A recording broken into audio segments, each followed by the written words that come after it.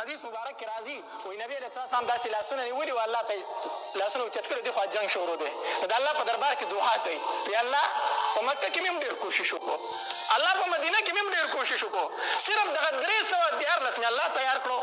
هغه هم په خپو خپیال دی په سر باندې سرتور او اسلحه هم نه لري الله دغه 314 مې له راوستي دي الله کو ستا خوښ چې د نن نه بعد ستا نوم نه اخیستلی کېږي نو دوی راغله مړه کړه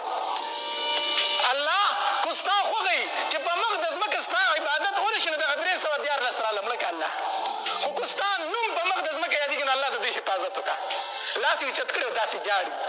ابوبکر رضی الله تعالی د شا نه راغی د ډېرې عاجزۍ نه د نبي علیه السلام نه دا څادر داسې وښودې دا اوږې ښکاره شوې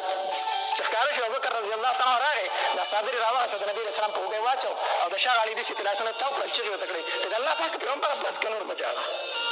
بس که نور مه جاړه الله ستا اواز واورېدو الله ستا اواز واورېدو الله به دې صحابه حفاظت کوي د الله پاک پیغمبره بس که علي رضی الله تعالی فرمایي وایي جنګ شروع دی وایي زه به ټایم په ټایم د نبي علیه صلات وسلام تماشې له راتلم وایي په دې جنګ په دې دوران کې یو ځل مې ځان غلې غونډه کې راویستو چې راویستو وایي نبي علیه صلات وسلام خواله رانم که نه نبي علیه صلات وسلام په سجده باندې پروت دی نبي علیه السلام په سجده پروت دی او الله ته جاړي وایي زه لاړم بیا لاړم جنګ ته وایي بیا چې مې غذا وکړه داسې ستړی شومه بیا رالم د نبي علیه صلات وسلام تماشې له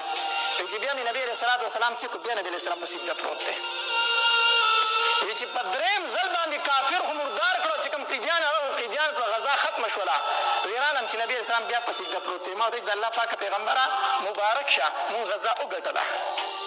مسلمانانو فتح وموندله نبي علیه السلام سر مبارک راوچت کړو د سجدې نه